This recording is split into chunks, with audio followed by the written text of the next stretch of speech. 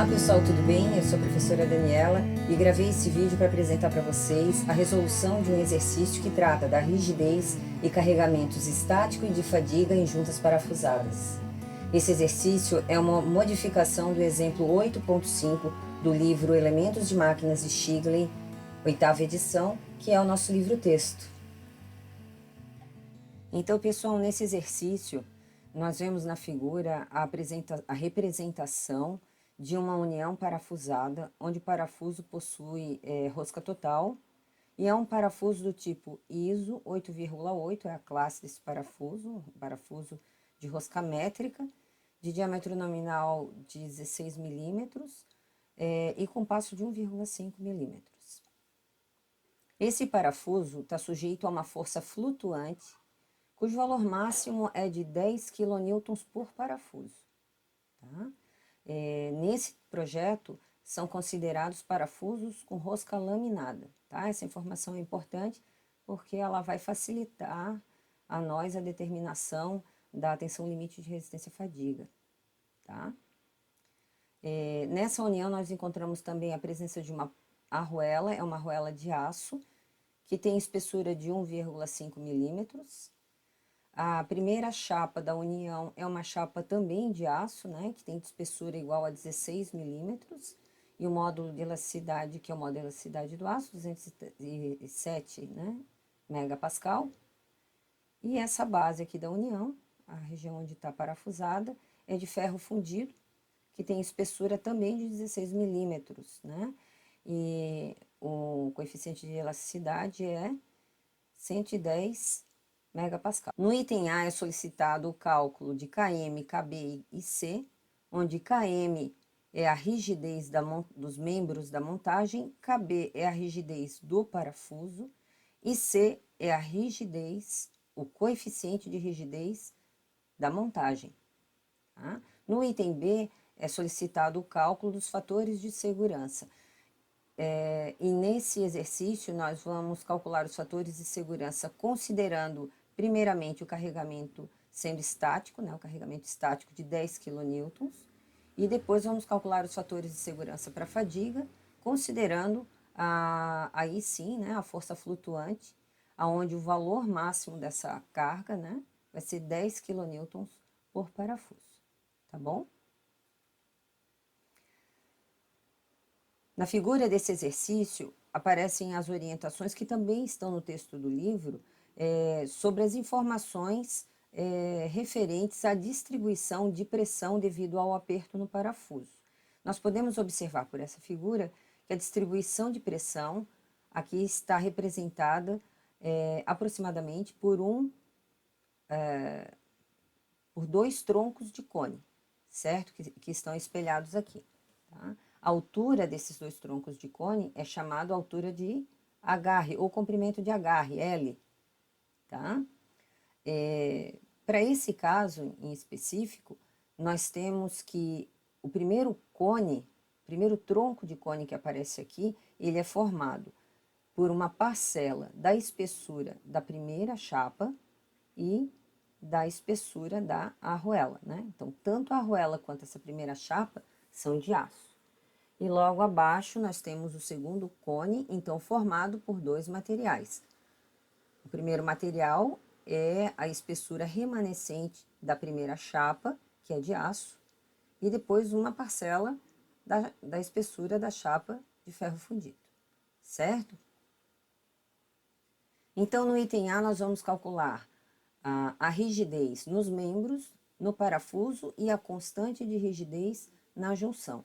Então, a constante de rigidez na junção, né, através da equação que a gente encontra lá no livro, nosso livro-texto, é igual à rigidez do parafuso KB dividido por KB mais KM, onde KM é a rigidez dos membros de união. Né? Vamos observar aqui na figura que esses dois troncos de cone que representam a distribuição de pressão devido ao aperto no parafuso, eles são formados pelos materiais que compõem a montagem, né? Então, nós temos aqui em cima uma chapa, que é uma chapa de aço, e uma arruela que também é de aço. Então, tanto essa chapa de aço quanto a arruela de aço, né, vão formar vão compor o material desse primeiro tronco de cone, tá? O segundo tronco de cone que está espelhado aqui embaixo, ele envolve uma parcela da primeira chapa, que é de aço, e uma outra parcela da espessura da chapa de ferro fundido, tá certo? Então, para que nós possamos calcular a rigidez dos membros da união, nós vamos precisar calcular a rigidez para cada uma dessas parcelas aqui do tronco de cone, tá? Então, nós vamos ter aqui, ó, esse cone, né, que no livro ele chama de trusta, em 3 partes, né? Então, a primeira parte, que nós vamos chamar de K1, vai ser a parte que se refere a esse cone superior, ao tronco superior, certo? A segunda parte, que nós vamos chamar aqui de K2, que é a rigidez K2, né? Ela vai ser dessa partezinha aqui, ainda da chapa de aço, que está na trusta que está espelhada, certo? Que está no tronco de cone que está espelhado. E o K3 vai ser essa parcelinha aqui de baixo do tronco de cone, que é de ferro fundido, tá? Para calcular a rigidez em cada um dessas parcelas desses troncos de cone, né? Nós vamos usar a equação 8.20 que está no livro, e aonde essa equação ela depende do módulo de elasticidade, né? Então, eu vou ter que considerar o módulo de elasticidade para o aço e para o ferro fundido.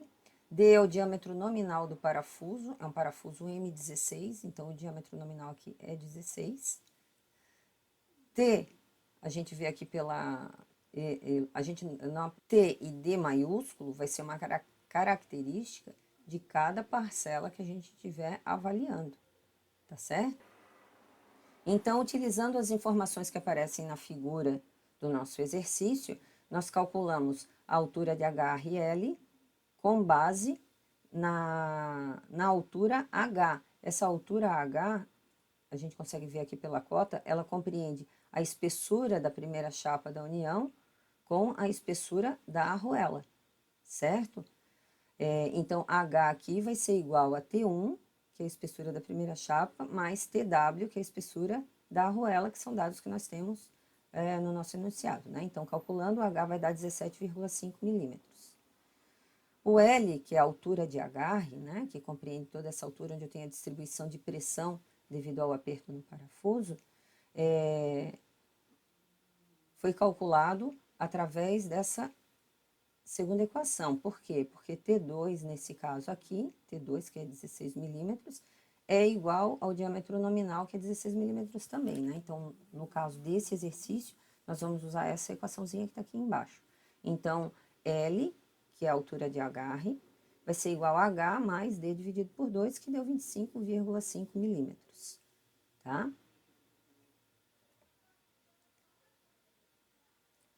Nós temos ainda outras dimensões que são importantes aqui, que são dimensões do tronco de cone, D2, né? Essa dimensão aqui menor do tronco de cone, nós calculamos com base no DW, que de acordo com o que aparece aqui na figura, é igual a 1,5 vezes D, que é o diâmetro nominal, né? Então, o D2 vai ser igual a 24 milímetros, certo?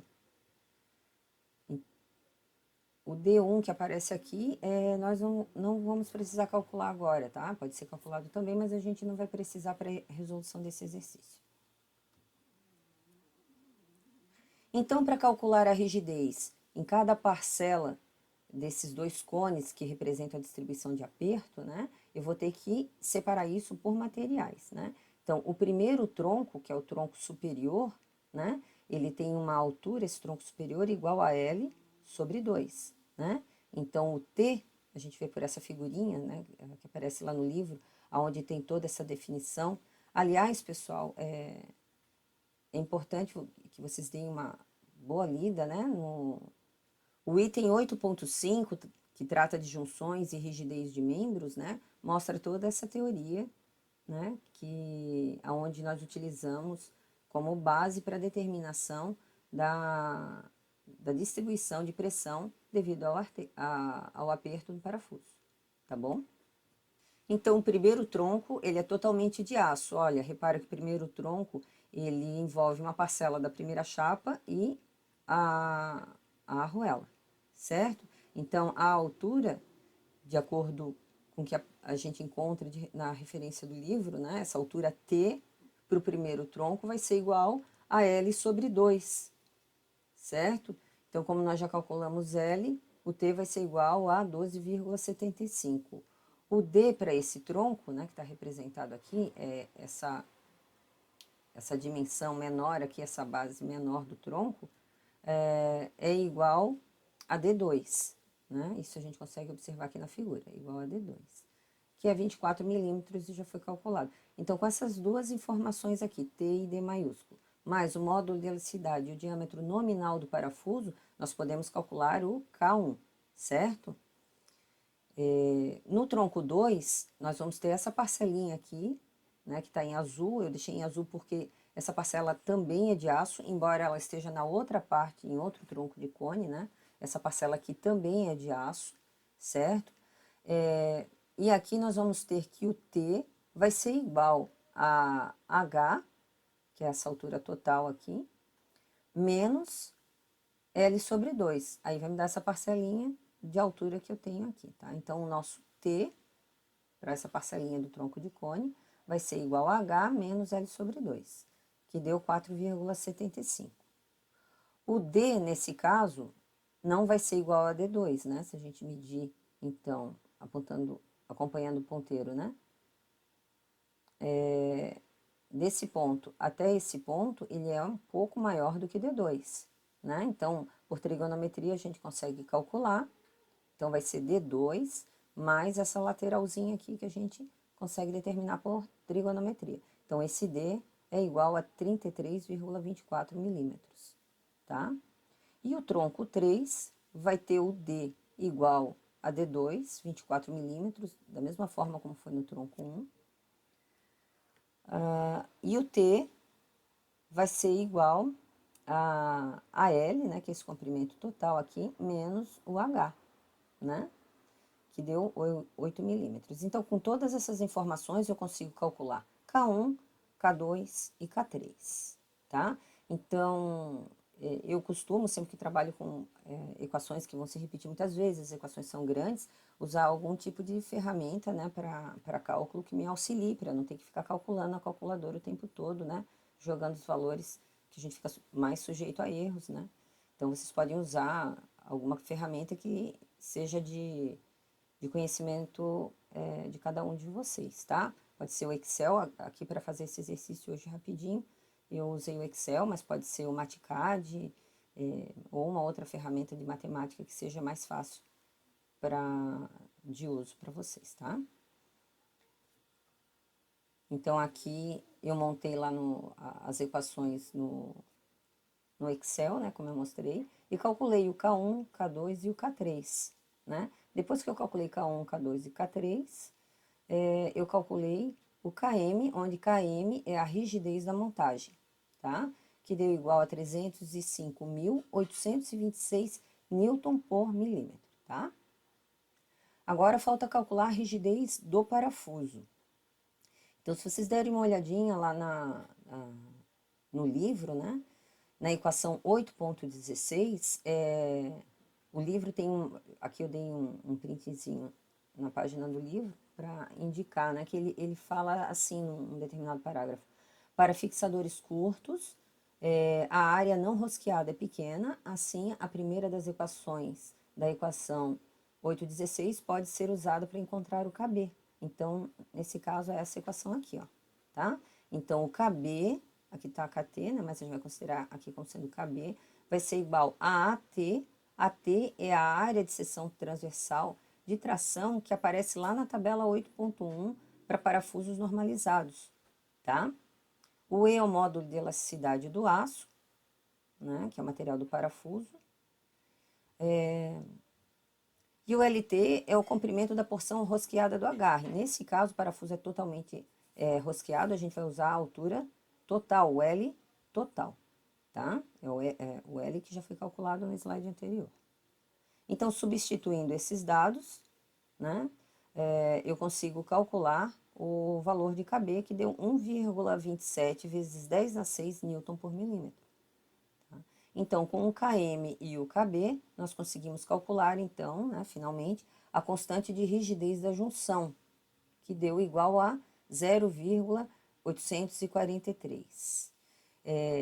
Tem um detalhe interessante sobre a constante de rigidez de junção, né? E é importante que vocês reforcem isso lá lendo o livro, né? Fazendo estudo lá no capítulo 8 do nosso livro-texto, que essa constante de rigidez de junção, ela informa, né, em percentual, a parcela de carga externa que é suportada pelo parafuso. Né? Então, aqui a gente vê que da carga externa, se eu considerar uma carga estática de 10 quilonewtons, 84,3% desse carregamento externo está sendo suportado pelo parafuso e o restante é suportado pelos membros da união. Tá ok? Dessa forma, o item A do exercício está resolvido. Nós calculamos, então, Km, Kb e C, que é a constante de rigidez da junção. Agora, o item B do exercício pede para calcular os fatores de segurança. Então, para calcular os fatores de segurança, nós precisamos, antes de mais nada, calcular qual é a força de pré-carga no parafuso. Para calcular a força de pré-carga no parafuso, eu utilizo a equação 8.30, tá? Que é uma equação de força de pré-carga para a união não permanente, que é a nossa hipótese aqui nesse exercício, que diz que a força de pré-carga FI é igual a 75% de FP, aonde o FP é a força de prova. O que é essa força de prova? Ela vem lá da tensão de prova, né? Então, na tabela 8.11, né, de acordo com a classe do parafuso, nós encontramos a resistência de prova. Tá? Além disso, nós encontramos nessa mesma tabela o limite de resistência à tração do parafuso e tensão limite de escoamento também. Essa tensão limite de prova é uma tensão limite de resistência à tração para o parafuso. Tá?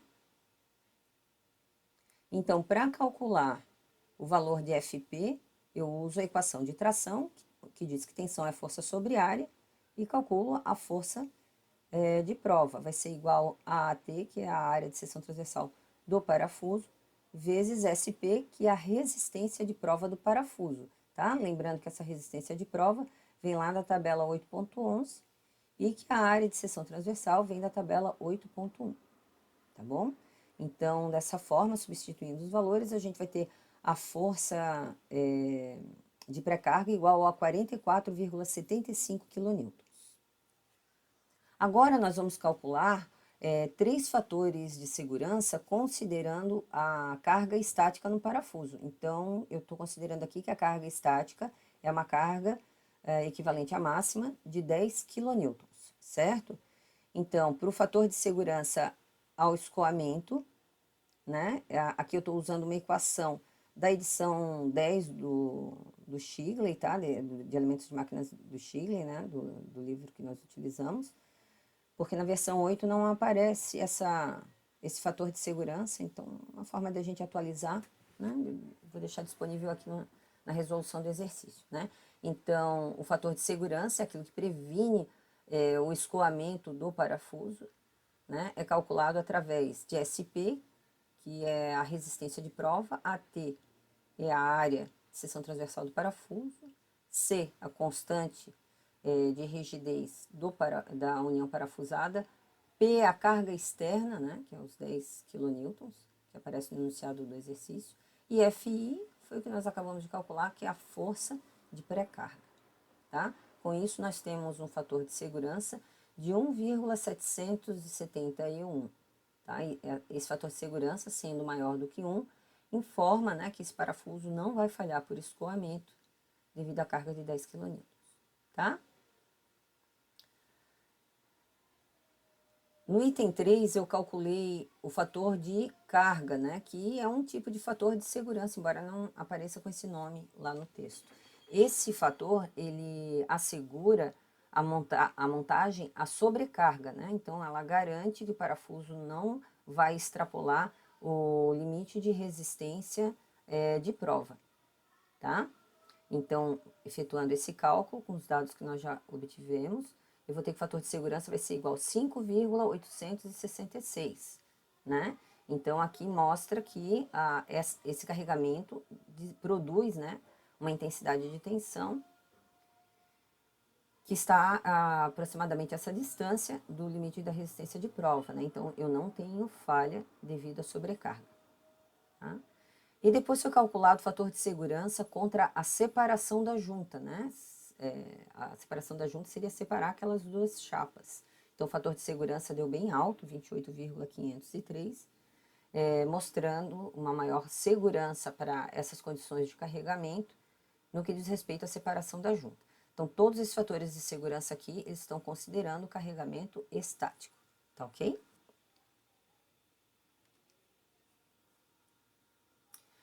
Agora nós vamos calcular os fatores de segurança considerando a junta tracionada sob um carregamento de fadiga, tá? Para isso, nós vamos fazer o levantamento primeiro das componentes de carregamento à fadiga, tá? Então, primeiro nós vamos calcular a tensão de sobrecarga, né? Considerando que essa união ela tem uma carga inicial, né? Ela não é carregada a partir do zero. Existe uma pré-carga devido ao aperto do parafuso, que vai produzir uma intensidade de tensão, que é uma tensão de tração no parafuso, tá? Então, calculando essa tensão de tração no parafuso devido à pré-carga, vai ser igual a FI dividido pela área de seção transversal do parafuso, que deu 285,03 megapascal, tá? A, a amplitude de tensão, né, a tensão que alterna em torno da tensão média, é calculada através da equação 834, que diz que a amplitude da tensão é igual a C, que é a constante de rigidez, calculado no item A da resolução desse exercício, vezes P, que é a carga externa nesse exercício 10.000 newtons, dividido por 2 vezes a área de seção transversal do parafuso, né? E essa amplitude deu igual a aproximadamente 26,85 megapascal. E a tensão média, né, para esse carregamento flutuante, a gente calcula através da equação 8,36, mas nós sabemos que é a amplitude da tensão mais a tensão de pré-carga, né? Então, aqui eu tenho a tensão de pré-carga representada aqui nesse gráfico, né? Aqui tracejado em azul, né? Ela equivale à tensão mínima, a tensão média, que é 311,88, em torno da qual eu tenho uma variação, né, a cada ciclo de carregamento, desse carregamento flutuante, né, numa amplitude de 26,85 megapascal. Então, esse é o nosso carregamento dinâmico que submete ao parafuso a falha por fadiga, tá? Então, nós vamos verificar agora quais são os fatores de segurança em relação à fadiga.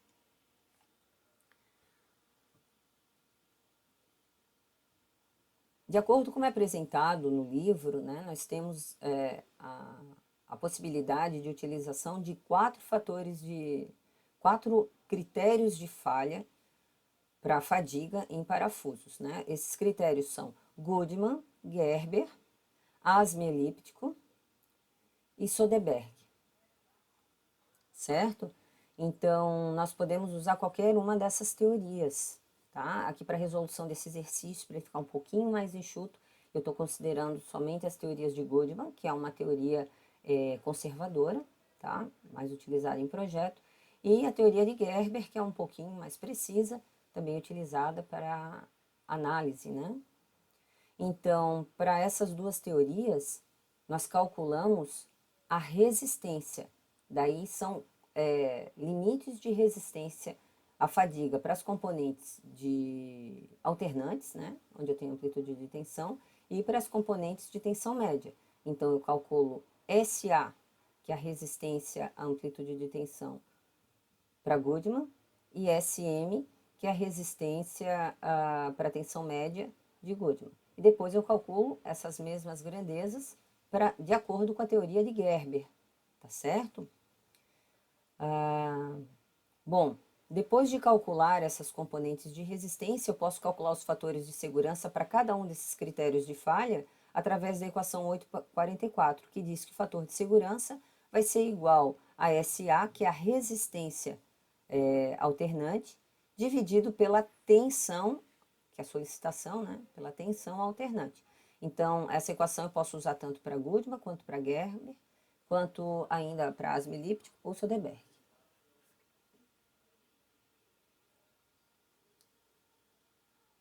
Então, pessoal, aqui eu coloquei um pedacinho da tabela do Excel, onde eu efetuei os cálculos, e aqui a gente pode observar os valores de SA, que é a resistência, né, os limites de resistência de acordo com cada uma das teorias para a tensão alternante. Então, para Goodman, a gente teve esse valor em 77,09, 77,1 megapascal, e para Gerber, 104,8 aproximadamente megapascal.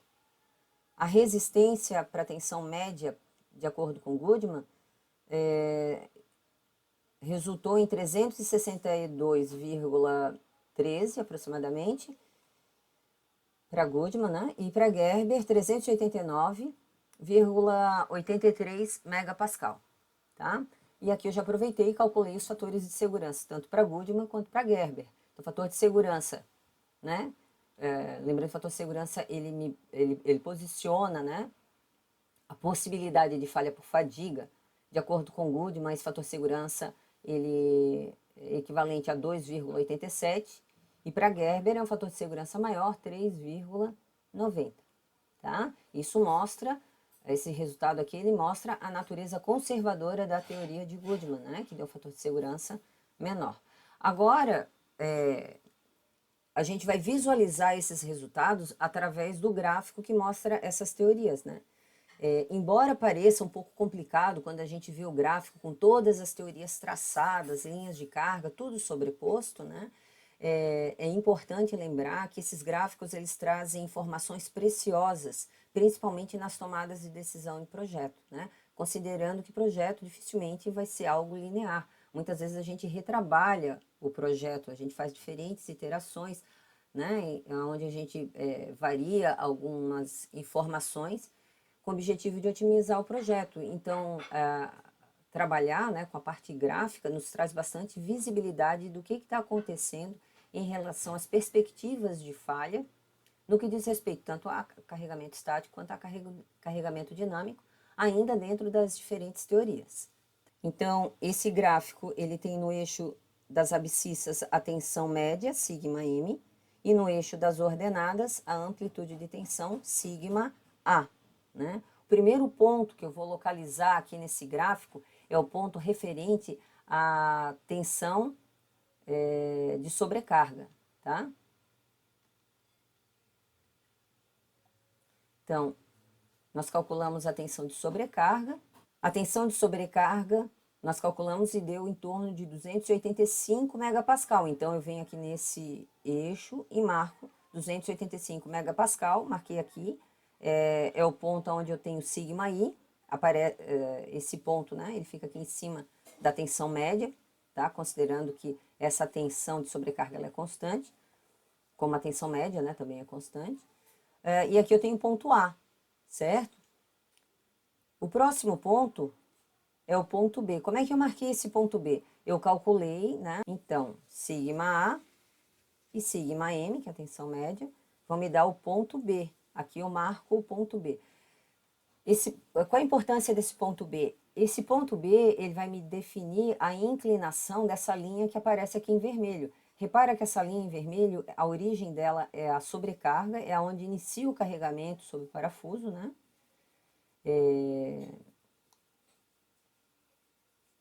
Da sobrecarga não, desculpa, né? Da tensão de pré-carga, sigma I, né?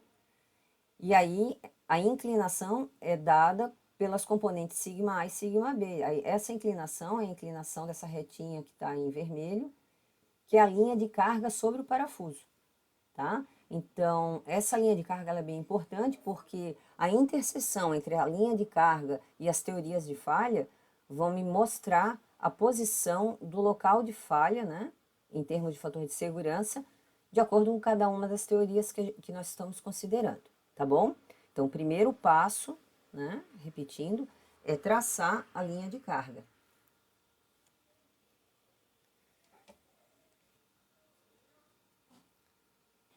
Aqui eu tracei essa linha em tracejado azul, né?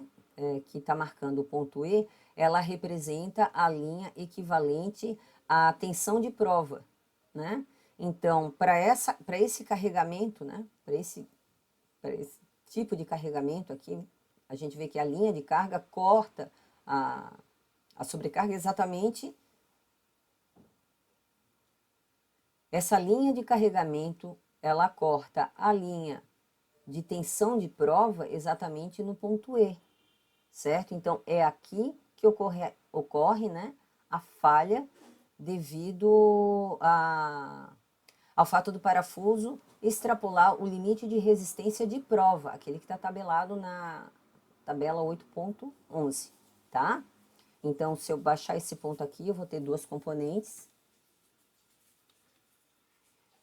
Então, se eu pegar esse ponto e projetar nos eixos, eu vou ter uma componente de tensão média e de tensão alternante, que equivale ao momento aonde vai ocorrer essa falha, tá ok?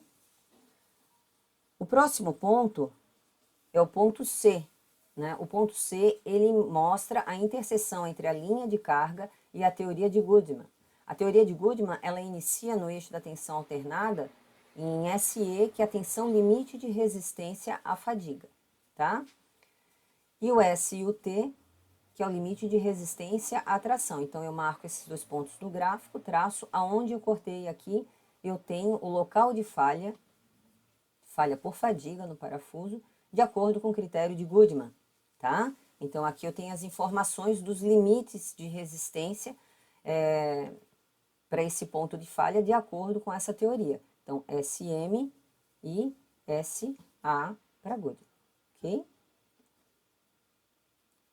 E aqui eu tenho traçado também essa curva em roxo, que mostra a teoria de Gerber, né, que intercepta a linha de carga no ponto D, né? E para essa teoria eu vou ter os seus respectivos pontos, né, de resistência à tensão média, SM, e resistência à tensão alternante, SA, que aparece aqui em roxinho também, certo? Então, veja bem, ó, através desse gráfico eu consigo avaliar diferentes pontos de falha, né? Quantos pontos de falha eu tenho aqui? Eu tenho 1, 2, 3 pontos de falha, certo? Vamos olhar esses pontos de falha um pouquinho mais de perto. Os pontos de falha são os pontos C, D e E. No ponto E eu tenho uma falha devido a carregamento estático, né? É quando a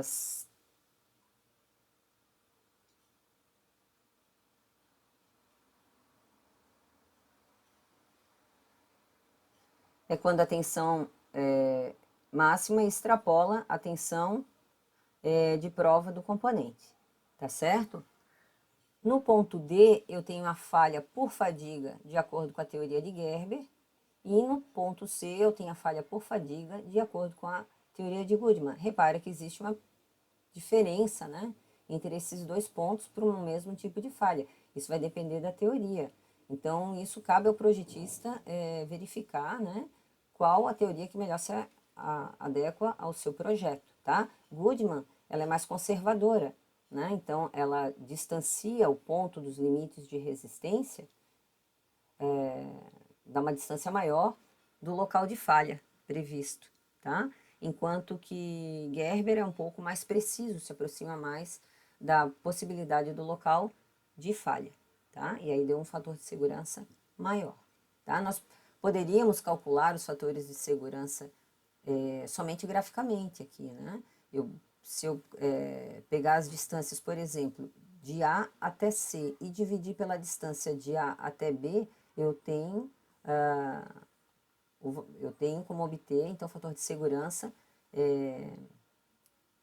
pela teoria de Goodman, né?